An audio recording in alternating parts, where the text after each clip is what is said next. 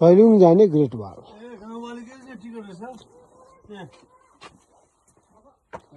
सैलुङ जाने एकदम यो चाहिँ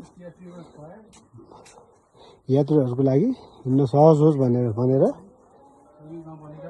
एकदम मजबुत हिसाबले बाटो बनाइएको रहेछ। एकदम राम्रो बाटो बनाएको छ। हेर्नुस् यात्रुहरूको सहजीकरणको लागि बनेको छ। हाम्रो साथीले के भन्दै हुनुहुन्छ? चाइनाको ग्रेट वाल होइन यो नेपालको ग्रेट वाल हो। या ग्रेट दामी छ दामी। हाम्रो विजय सरले के भन्नुहुन्छ? माथि पनि उहाँ अलिकति चञ्चले हुनुहुन्छ। एकदम राम्रो छ ग्रेट वाल, नेपालको ग्रेट वाल। गुड बृहत पर्खाल, नेपालको बृहत पर्खाल। हाम्रो उहाँबाट सरले के भन्दै हुनुहुन्छ? उहाँ सरको पनि कुरो सुनौँ यो वालको विषयमा।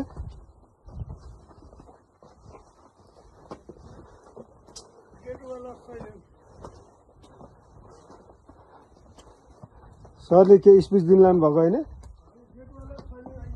सर पनि अलि चञ्चल हुनुहुन्छ।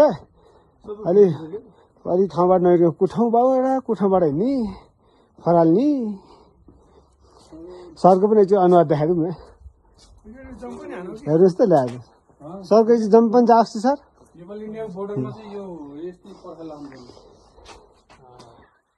पैसा पनि इन्डियाले दिएको भने